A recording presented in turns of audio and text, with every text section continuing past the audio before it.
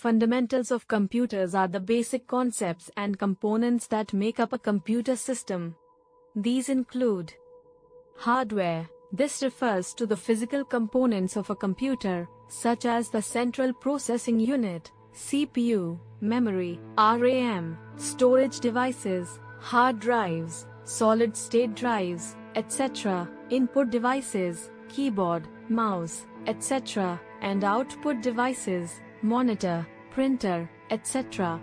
Software. This refers to the programs and applications that run on a computer system, including operating systems, productivity software, games, and other types of software. Operating systems. This is the software that manages the computer's hardware and software resources, and provides common services for computer programs.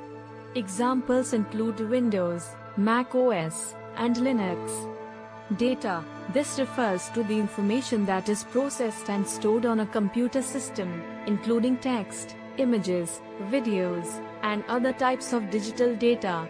Networking. This refers to the ability of computers to connect with each other over a network, such as the Internet or a local area network, LAN. Algorithms. These are step-by-step procedures used in computer programming to solve problems and perform specific tasks. Programming languages. These are languages used to write computer programs, such as Java, C++, Python, and JavaScript.